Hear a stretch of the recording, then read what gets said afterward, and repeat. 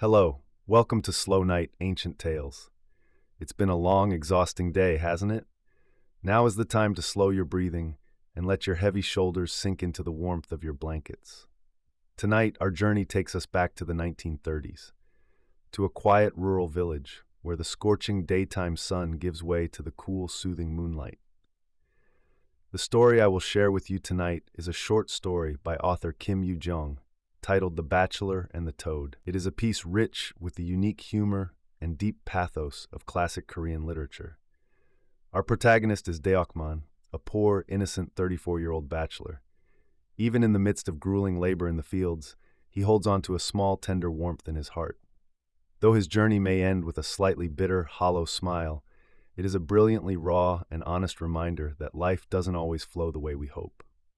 As an I cannot physically feel the searing heat of the sun or the sharp sting of unrequited love, but I deeply wish to convey to you the rich, earthy warmth of the human experience, exactly as author Kim You-jeong painted it. So close your eyes. Shall we travel together to that summer night in the 1930s, to a quiet hill echoing with the endless croaking of toads? Slow night, sleepy stories. We begin now. The Virgin and the Narrow-Mouthed Toad. Every single leaf longs for rain, and today is no different. Fine dust flutters over the blades of grass. In the stark sky, a sun like a heap of fire keeps its eyes wide open. The ground is worn thin, exhaling hot steam right beneath one's chin. Every time a hoe is shifted and struck, the earth gasps out a sultry breath. Due to the drought, the millet leaves are stunted and frail. Occasionally, they prick the nose or the eyelids of the one hunched over weeding. The hoe clangs from time to time as it bounces off the earth. Rocks are embedded everywhere. In an ordinary field, a single strike would turn the soil, but here it takes 3 or 4 just to make the dust rise. Sweat drips like water from the bridge of the nose and the chin, soaking the hoe handle and seeping into the dirt. They remained silent. They were merely crouched deep in the furrows of the millet field, heads bowed, crawling along, like moles digging into the earth. It was for fear that a single extra drop of sweat might fall should they open their mouths. Then someone struck up a conversation. "Oh, it's hot. I stepped on a rock and nearly lost my mind." To think they take a tenancy fee for a piece of junk like this field. "I'm never doing a labor exchange with you again, even if I die," one friend fumed. Then added, "Just give it back to him for the price of the seeds and call it a day. If I didn't even have this, what would I have to eat?" Deok-man felt uneasy. He set down his hoe and wiped his chin with his collar. He turned his head blankly in that direction. It was a harsh tenancy fee. 3 seom of polished rice. The yield of barley, beans, and millet was barely 5 seom in total. It wasn't even enough to split. Originally, this wasn't a field. It was the site of a pavilion where farmers passing by in summer would rest under the shade of an ancient zelkova tree. The landlord had forcibly plowed it and rented it out. If you planted beans, the leaves were the most you'd get. Most of them never bore fruit. His friends habitually spat on the field and criticized it, calling Deok-man a fool. But Deok-man merely blamed the failing beans and had switched to planting millet this year. "Let's take a break." Having finished one furrow, Deok-man stood up and walked toward the ancient tree. One after another, the sweaty men gathered like a cluster of jars. After sitting on the rocks for a while, they finally felt a bit of life returning. They pulled out their long pipes. Some roamed around holding their pipes, asking for a pinch of tobacco, causing a stir. "A dry spell is coming. Looks like this year's farming is ruined again." Several pairs of eyes followed the gaze of the speaker in unison. They stared intently at the blue rice stalks in the distant field, shimmering in the breeze, anxiously. The young man with the topknot was terribly hungry. He sat crouched apart from the rest. His head hung low, and his complaints were no small matter. "Damn it, I'm too hungry to work. I'm starving to death. My waist is snapping." Another joined in from the side. "Can anyone work honestly while sweating this much? Not even if their grandfather came, let alone the promotion society." After muttering this and receiving no answer, he raised his tone to seek agreement from the group. "For a guy who hasn't got a damn thing, if they raise the household tax, how are we supposed to live without even a midday snack?" Mungtai, a sturdy idler, looked on with a mocking crinkle of his nose. What's the use of us country bumpkins making a fuss? More importantly, hey guys, do you know that a Dolbyongi itinerant wine cellar came today? At these words, the grown bachelor's ears perked up. It was joyful news. They stared blankly at his mouth, waiting for more. They were glad, but also curious. They all had the same question. What did she expect to find here during the height of the busy Fef arming season? Ignoring the question, Mungtae lay back against the tree, blinking at the sky. He was full of praise, his mouth dry from talking. She's fair-skinned and plump. You could bite into her and there wouldn't even be a fishy smell, especially that bulging backside of hers. How old? 22 in full bloom. Does she have a man? They crowded in from all sides, whispering. No, she lost her husband and took to wandering as a wine cellar out of spite. Then she must have been around the block a few times. Look at her age, she's a total novice. Man, that's great, let's have a drink. They whispered here and there. It was as if they had hit a bumper crop. Deok-man, who had been sitting in a corner, stood up and singled out Mungtae. Coming behind the Zelkova tree, he asked, "Brother, she really has no husband." "I'm telling you, it's true. Please, get me married to her. I'll treat you." He scanned Mungtae's face. Since they were sworn brothers, there was nothing he couldn't say, but his face still felt flushed. "Don't worry, but it'll cost some money." Deok-man's mother came across the stream. She panted under the heat, carrying a lunch basket on her head. The farmers stood up, shouting in a frenzy. Some even pulled the handles out of their hoes and beat the backs of the hoes like celebratory drums. "Lunch! It's lunch! You gotta eat to live!"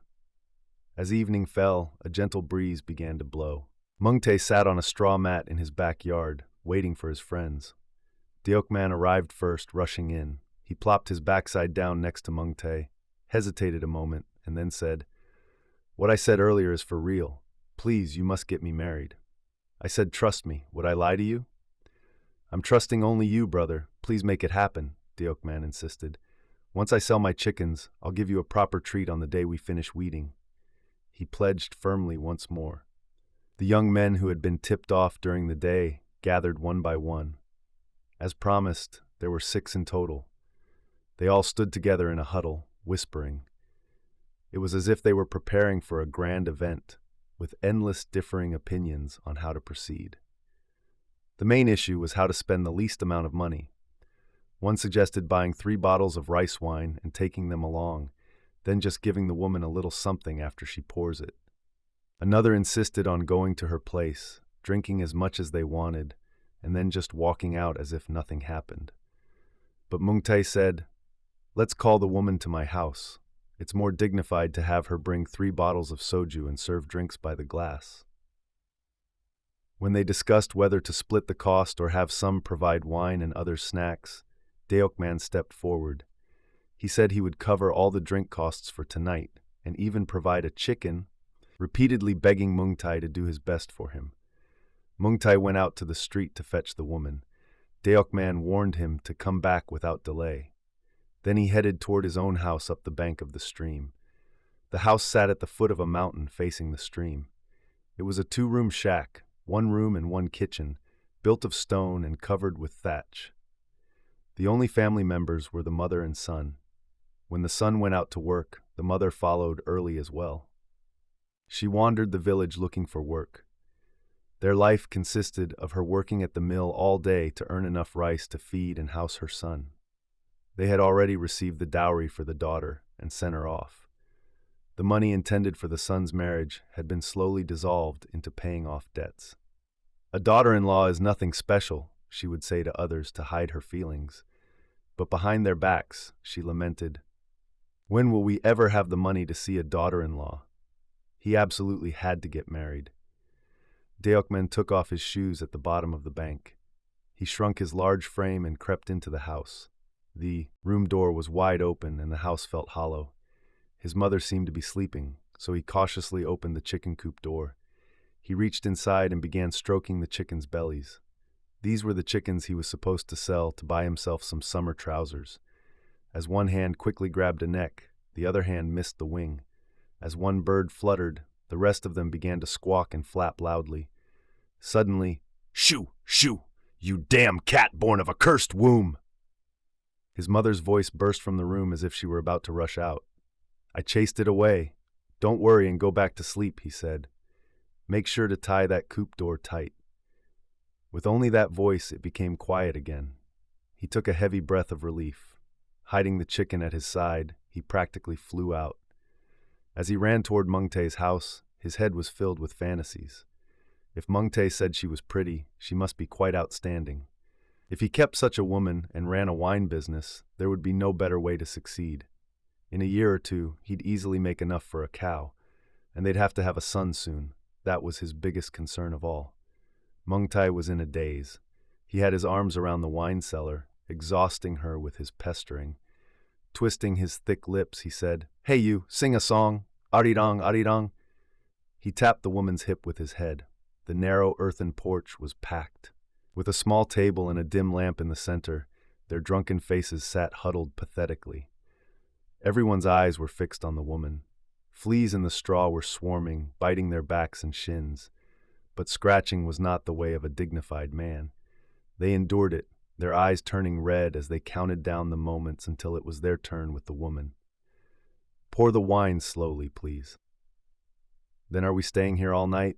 If we run out, we'll just have to sleep together. The woman gave a sidelong glance and a little smirk. In response, a foolish mouth gaped open helplessly and silently. A friend with a dark face, after waiting for a while, lit a Mako cigarette.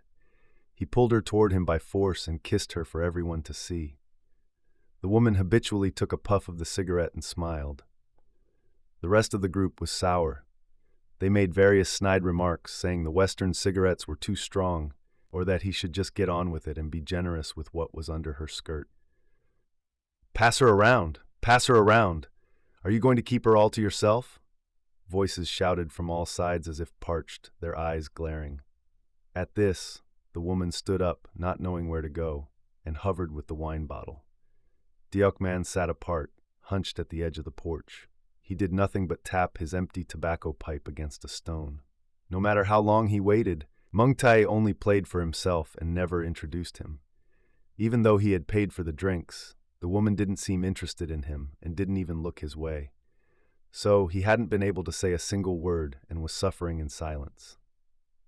A pair of cute white shoes lay neatly below the porch. Deok-man looked at them intently. He turned around to check if anyone was watching. Then he slipped those shoes onto his splayed, blackened, dirt-covered feet and closed his eyes slightly. They were the woman's shoes. He took them off and put them on his feet again, feeling an incomparable joy. It was a night as refreshing as medicinal water. Between the willows, the moonlight was clear and bright. The narrow-mouthed toads were singing at the top of their lungs. It was a song of love exchanged between male and female. Hearing this sound, a sudden flare of anger erupted. The bachelor's resentment, which he had been suppressing all this time, exploded all at once. "Ah, what a wretched life!" he scolded himself, then rushed before the woman and knelt. He placed his hands politely on his knees. His behavior was so awkward and unusual that his friend's eyes grew wide. "I've been watching you for a while, but this is my first time greeting you," he forced out in a dying voice. For him, it was a truly great act of courage. "I am Kim Deok-man, living in the lower village of Jungri, Sinmyeon, Chuncheon-gun, Gangwon-do. My father's clan is the Gwangsan Kims." He kept rubbing his hands together. "It's just me and my mother. Thank you so much for visiting such a humble person. I'm 34, but I'm still a bachelor." The woman was bewildered, not understanding what was happening. "That's enough." As he bowed his head, she couldn't help but turn her face away to hide her reaction. She bit back a laugh, but a sneeze burst out instead. "So that's an introduction? Why stop there? Say more." Snickering broke out here and there. Someone chimed in, saying such introductions should wait for later. His hard-earned introduction was a failure. He couldn't even stand up from the spot. His face turned red, and he sat with his head bowed like a stone Buddha. It was near dawn. As the moon set, a black curtain fell outside. 3 friends had fallen asleep on the porch. Not because they were drunk on wine, but because they were exhausted from their own excitement. Mungtae, Deok-man, and the dark-faced man sat facing each other. Each looked for an opportunity, but since things weren't going their way, they were only burning with frustration inside. Mungtae grabbed the woman's shoulder tightly and began to act rowdy. In truth, he wasn't that drunk, but he was putting on a solo act of drunken madness. He paced like a hawk, whispered quickly into the woman's ear, poked her in the side, and said, "Oh, I'm drunk. I'm going to go relieve myself." He stood up abruptly and staggered out the brushwood gate. A moment later, the woman said she also had to go and followed him out. Deok-man's eyes rolled in frustration. Everything had gone completely wrong. Even Mungtae, whom he had trusted so much, was only looking out for his own fun, and they weren't coming back. Perhaps they were manufacturing urine out there. It was suspicious. He stood up abruptly and went outside. It was pitch black underfoot. He fumbled his way through the ash shed, the grain stacks, and the piles of wood, searching everywhere. He turned his steps toward the nearby furrows of the field. His eyes were burning with rage. Gradually, dawn began to break. The milky clear sky opened its arms. Pretty peaks and rugged peaks began to pop out one by one. The bean leaves, shaped like palms, were lush with dew. They tangled against his legs and sprayed water at every touch. After searching for a while, he saw the hem of a garment hidden among the bean leaves in the middle of a furrow. He rushed toward it. "But what kind of behavior is this? What did you promise me earlier?"